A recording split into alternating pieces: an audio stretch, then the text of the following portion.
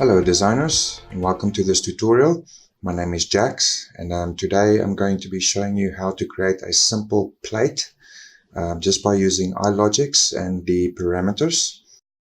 Right, so the output of this model is just one simple little form. It consists of one parameter and it has three different inputs, so it can have type 1 or type 2 or type 3.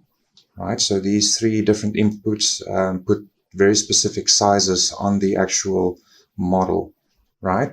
I also uploaded a document that you can download. The link is in the video description.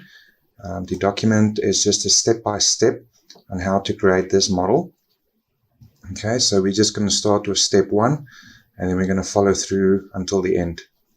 Okay, so let's get started. I'm going to close this model down.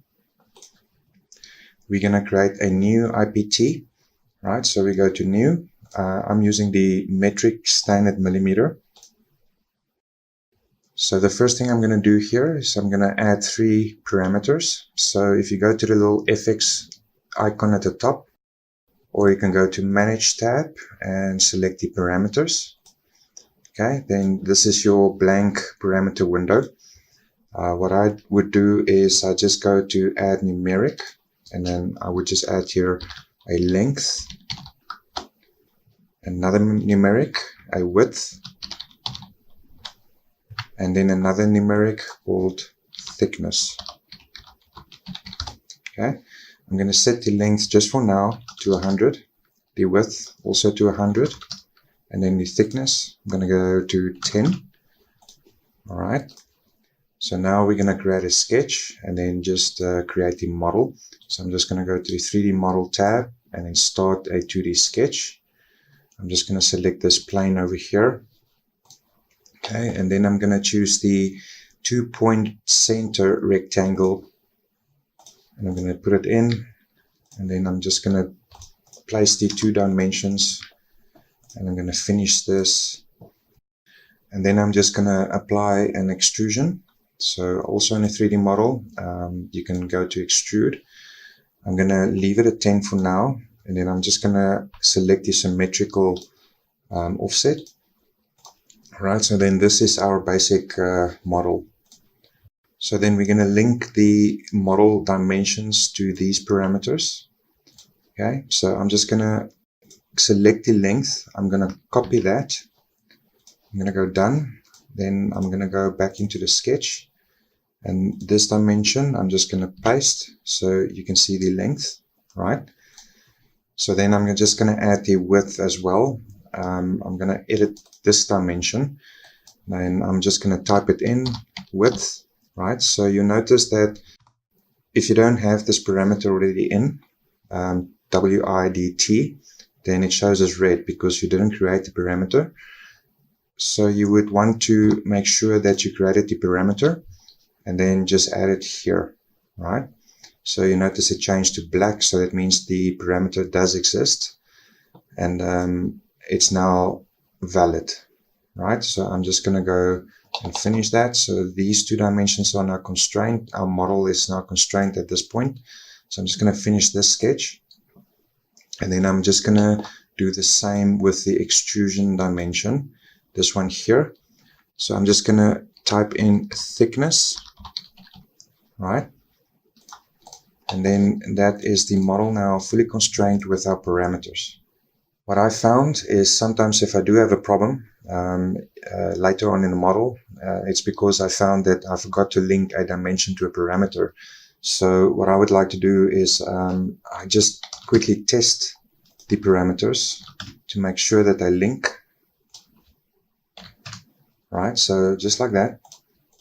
And I'm going to change it back so you can see the model update as I change these values. Okay. Okay, so now we're going to start our first rule. You would notice that my iLogic panel is different to what yours might be. By default, I think the iLogic panel sits on the bottom left corner. What I did is I just undocked it and then I just dragged it to the right. I found this side to be much easier for me when I do iLogic. Okay, so we're going to go to the Rules tab you would notice it's empty. So in this empty space, I just right click normally and then just say add rule. Okay, and then I'm just going to call this one size control. Okay, and then this is our iLogic window. On the left panel, you get the snippets. I'll show you in some later videos what this consists of. I think there's one snippet we'll use in this tutorial. And then we have this panel over here. This is our model parameters panel. And so if you go to the model parameters, you can see the basic parameters that the model uses here. And then we have the user parameters. It's the parameters that we set up, okay, the manual parameters. And then you just have your feature list at the bottom as well. Okay, you get then the options, right? So this is just iLogic options here. I didn't change anything on mine. Then you get search and replace. This is quite useful. So if you have very large rules and you wanted to take one parameter or a statement or something, and then you just wanted to replace part of it, this is the window to use for that. In some later tutorials, I will show you how this would work. Okay, and then wizards, I never use wizards myself. Okay, so I'm just going to go back to the model tab. Okay, I'm going to start here. This is the panel for all your rules. Okay, so this is where you would be entering all your rules. I'm going to start with our first rule. Something I always do, and I'm just going to show it for this tutorial. In my future tutorials, I won't be showing this. It just takes too long for tutorial purposes. So I'm just going to do it for this one. Right, so what I do to start off is I just enter the date. So you would use a single quote and you would just enter the date. And then next I put a line of description. So I just say what this rule is actually meant for. So this one I'm just going to say here, control thickness based on length. Okay. Now the reason I'm doing this is sometime after you've created your iLogic model, you would need to go back and change something on the rules. Okay, this normally happens, and then if you do have a very large assembly or drawing or model even, and you've got a large set of rules, you do get lost sometimes, and this just helps navigating through your rule sets. So it's just some good practice I normally use, right? And then after this, I just go and start my first rule. The first rule we're going to be doing is called if, then, and end if. So I'm just going to type it in. It's going to go if, right? And then you notice it changed to red. So the red is a command here. And then I'm going to say length. So this would be the parameter. Okay, so if you go to the user parameters, you can see length over there. So you can take any parameter on the list, even the model parameters, any one of these, and you can enter it in your statement. So I'm going to take length and double click it. Then you notice it pops up here and it's blue. So blue means that it is an existing parameter. And there's another way of putting it in. You can just go and type it in. So you can say length, and it's also blue. So just remember, whenever you do type in, the word is case sensitive. Okay, so I'm going to say if the length is less than 100 millimeter. Okay, then we're going to say then. So this would be the if and the then. Okay, and this is the less than symbol. And then we're going to go enter on a new line. And then we're going to say we want something to happen if this statement here is true. Okay, so I want to control the thickness based on the length. So if this length is less than 100, then I want the thickness. So I double click on thickness equals to 2 millimeter. Okay, So then I'm going to go twice enter. I'm going to say end if. This is basically a typical if statement. So it's if, then, end if. Okay. So if we look at this very closely, we've got a length, okay, less than 100. Now the length over here is equal to 100. So you can always see the current value to the parameter under the equation column. Okay, so we say if the length is less than 100 millimeters, so let's say the length is 60, and then we want the thickness to be 2. So if it's 60, then this argument is true. So if it's true, then it will set everything that's under this true statement. Okay, so then it says I want the thickness to be 2 millimeter. Okay, and then we can expand our if statement. We can say else if. Okay, so we can say we want more outputs than this one over here. Okay, so we can say I want to select this and that. I'm going to go Control C for copy. Okay, I'm going to paste it in here, Control V, and then I'm going to say else if the length is equal to 100, then I want something else to happen. All right, I'm going to copy this one over here as well, Control C and Control V. And I'm going to say if it is equal to 100, then I want something else on the thickness. So let's say I want the thickness to be 4 millimeter. Okay, and then I'm going to copy this whole string over here, and then I'm going to paste it, and I'm going to say here more. Okay, and then I'm going to say if it's more than 100, I want the thickness to be 6. Okay, so if we carefully look at this, let's just see how this rule would control the thickness. Okay, so we say if it's less than 100, the thickness is 2. Or if it is equal to 100, the thickness is 4. Or if it is more than 100, then the thickness is 6. Okay, so if we didn't have this last if here, and we just closed it off and ended it like this, what would happen? So let's say our length over here, the actual model, is 120. What would happen now? Okay, so this argument here would be false because this is less than 100 and we're currently standing at 120. Okay, so this would be false. And let's look at this one then. We say if the length is equal to 100, so this would also be false. So if this is 120, then this one is not equal to 120. So this would be false. Okay, so what would happen? It would actually just stop there.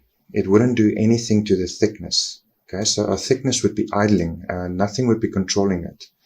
Okay, so this is a broken rule, really, because it's not really doing everything we want the model to do. All right, so I'm just going to go and put it back. So if this is back and this was 120, then our thickness would be 6. So if this length was 1 million millimeters, the thickness would be 6, and it will always drive it to 6. Okay. Okay, so this rule is finished. So whenever you finish a rule, it's always a good idea to go and test it. Okay, so I'm going to go hit save and run. And then I'm going to go to my parameters window. And then I'm going to test this. We know that the thickness is being driven by the length. So let's go play around with our length parameter. We're going to go to 50. Okay, so you would notice that the thickness changed to 2 millimeter. Okay, let's make this 100 and then keep your eye on this thickness 2 millimeter here. If I hit enter, okay, so it goes to 4. And then I'm going to go to 120 and hit enter. And then the thickness goes to 6. So this is working as we want it to. Okay, I'm going to go done. Okay, so now I'm going to add another parameter. This one would be a text parameter. So here where the add numeric parameter is, I'm going to hit that little drop down. I'm going to say add text. And then I'm going to call this one types. Okay, and then I'm just going to leave it as it is for now. What we want out of this parameter is we want to have a multi-value list, right, under the parameter. So there's two ways of doing it. You can right click here, and say make multi-value, and then you can just go and hit your list over here and then just go add, and then okay, so then you've got a multi-value list. But because this is iLogic, I'm going to show you how to program that list in just by using iLogic. All right, so I'm going to leave it like it is. I'm going to go done, and then I'm going to create a new rule. Okay, and then I'm going to call this rule lists. Okay. Okay, so now I'm going to enter a set list. I'm just going to put in my good practice over here. I'm going to call this one types set list. Okay, and then what we're going to do is we're going to grab a snippet, right, from this panel over here. I'm going to go to the parameters and expand it, and there is our set list snippet. Okay, double click on it, then it just enters it. Okay, so this is the parameter, and these are the variables for that parameter. The only thing I don't like about this is the fact that it is horizontal. I like to put my lists vertically. It just helps with changes and to visually really see what variables you have. Okay, so I'm just going to show you here. We're going to go to the user parameters. So we selected D0 and we're double clicking on types. So it changed it. So it says parameter is now types. And then we can say what the variables must be. So I'm just going to highlight 0.5. I'm going to put it in quotes. Okay. I'm going to say here type 1. And then I'm going to copy this. And then I'm just going to go over all this. I'm going to say then paste, and then it's type 2, and then paste again and type 3, and then this last comma here, I'm just going to close it off with a bracket, and then this set list is ready to go. I'm going to hit save and run.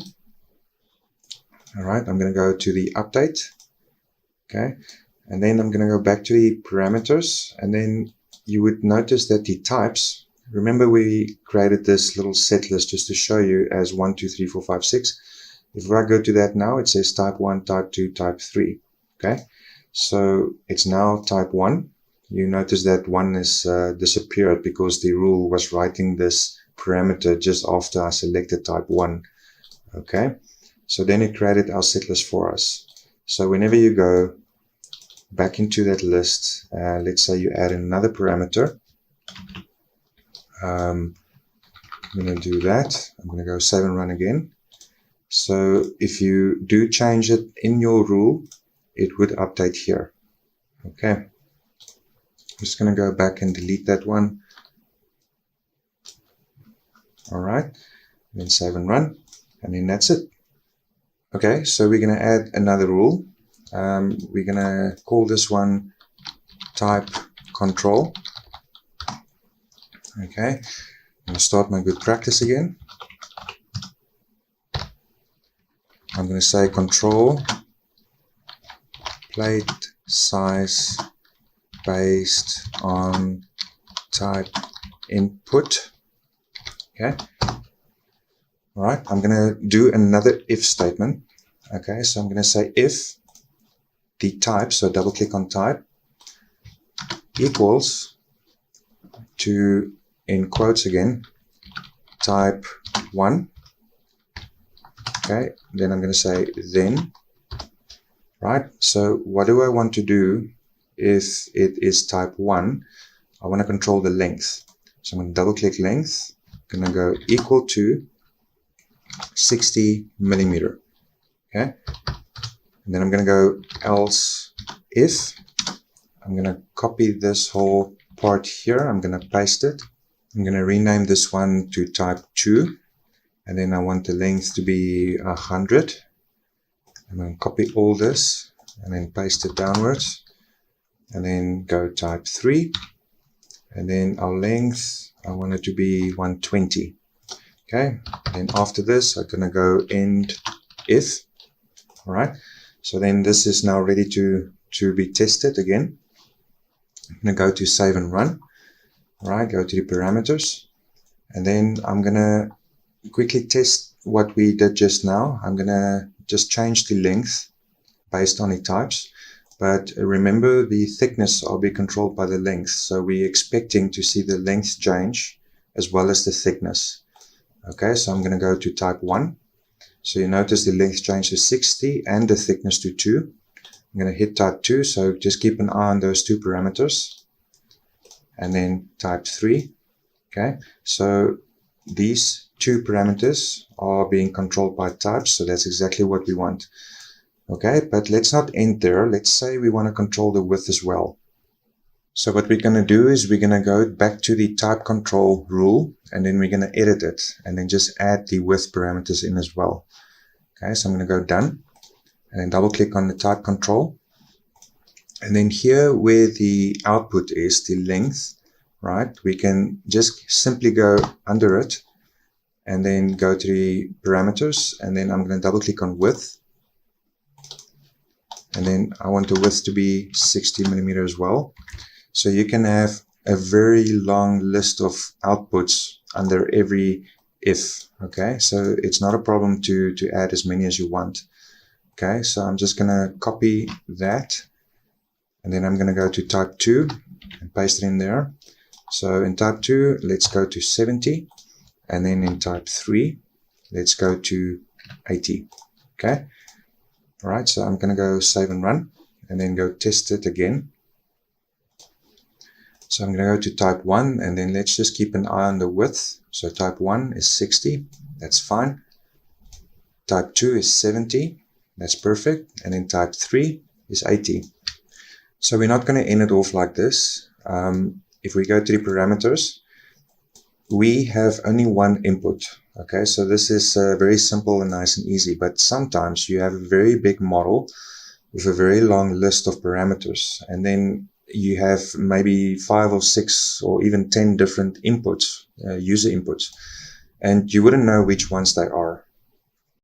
Okay, so what we actually want to do is create a form and then just list those inputs on the form.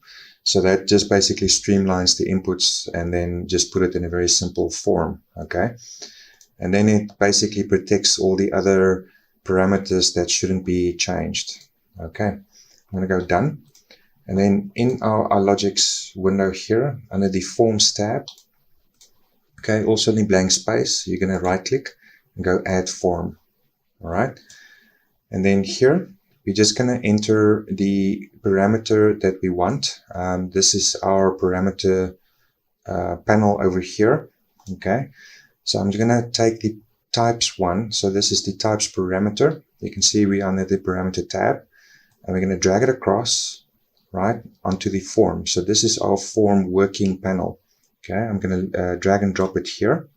All right, and then this is our parameter. So this is a live display of what the form would look like. Okay, and then what you can do is you can rename this to anything you want, and it wouldn't touch anything on the rules or on the parameters because it keeps the inventor name here. All right, so that's not a problem to change names as you see fit. Okay, I'm going to go back, and then here is our form controls. Okay, if you go to the form itself, if you click on form 1, you can rename it if you want. I'm just going to call it rename form, so you can see here it also changed. If you selected the form here, you can see what properties you've got for it. You can change visual styles and all that as well. I like this. I think it's the dark style here. I never use it, but I think it's kind of cool actually. So I'm going to go back to default. Okay, and then if you select the parameter, you also get a different set of properties for that parameter. Okay, so I'm going to scroll down, and you see the one that says edit control type. Okay, this is specific to lists. All right, multi-value lists. All right, then you can see here's a little drop down. You can click on that, and then I'm going to change it to radio group. All right, you can also change it to list box, and you can have a combo box. So the radio group is just 3 little buttons that you can tick. Okay, I'm going to show you the list box. So if I just close it off, and you can see the button was created here to that form. So if you just have a single click on it, then that form pops up. So this is that combo box, right? So you just have a list and you can just scroll down and just select one, okay? What I like about the lists is if I go back to the edit and I go to types, and what I like about the radio group is it's just a simple click, and you can just click on it like this, and it's nice and easy to understand, okay? And I think that is it for this model. So I sincerely hope this video helped you. You are welcome to ask any question on the forum on our website or in the video comment section. Thank you for watching, and I hope to see you in our next tutorial. As always, please visit our website. You can download iLogic 3D models over there, as well as visit the forum where you can ask specific questions and get the answers from the masters.